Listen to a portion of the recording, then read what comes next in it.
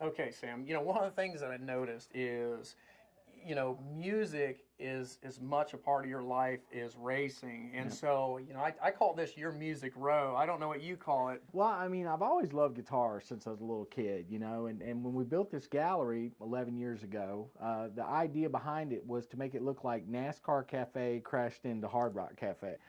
This is a guitar that I was sent by the guys at KISS when I did a design project for them. This is like my Eric Clapton tribute area. I'm a huge Van Halen fan. I love Keith Urban. I'm a huge Elvis fan. I'm a huge Beatles fan. I'm a huge KISS fan. I got to do a project, a NASCAR project for the Chevy Rock and Roll 400 a few years back. Neat. And it was awesome, man. I got to sign autographs with them, and they sat me right in the middle of Gene Simmons and Paul Stanley, and everybody that walked through to get the autographs kept asking me what makeup I wore. I'm a huge Les Paul fan, okay? So, and the epitome when I was growing up of a Les Paul was Ace Frehley's guitar. Well, Sam, let's keep going with this tour and see what else you got. Awesome. Okay, so the gallery's out here. Hey, is that a KISS display? Yeah, check it out. Yeah. Now that is what I'm talking about, Sam. I mean, this sums up the whole Sam Bass life. It's rock and roll in race cars. This is my kind of speed. This is what Chris Lafferty's Motorsports TV is all about too. I mean, I'm looking around. I see Dale Earnhardt handing out Cokes.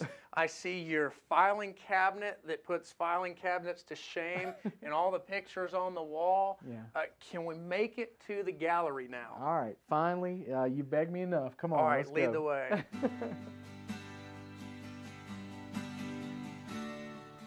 Wow, Sam, this place is absolutely overwhelming. I mean, this is your life here, right?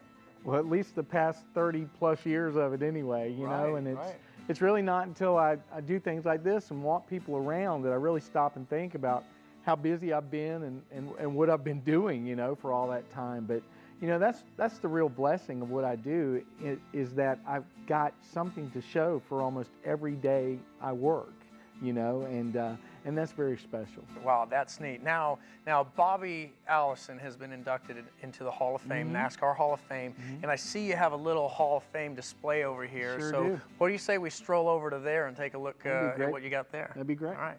Okay, Sam, this is your Hall of Fame section, right? That's neat, but this is actually what I want to talk about right here.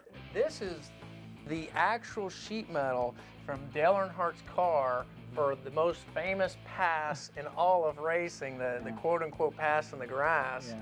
Yeah. Where in the heck did you get that from? A good buddy of mine, Tom Cotter, who used to be the PR director over at Charlotte Motor Speedway, he gave me that to put on display in the gallery, and it's just such a special piece reflective of the greatest moment of driving skill in the sport. People flip out when they come in here and see that, Absolutely. I mean, they feel like they're touching a moment in NASCAR history, which they are. They are. They absolutely are. Okay, Sam, now I looked over into this corner. This is like the King's corner, right? I see the King's panel from his car. I mean, what can you tell me about that? Well, this is kind of special. This is from the 1988 season, and that was actually the year that Richard did the big barrel roll down the front stretch of Daytona. Right. I tell you what, Sam. I mean, this is the history of the sport, the Hall of Fame.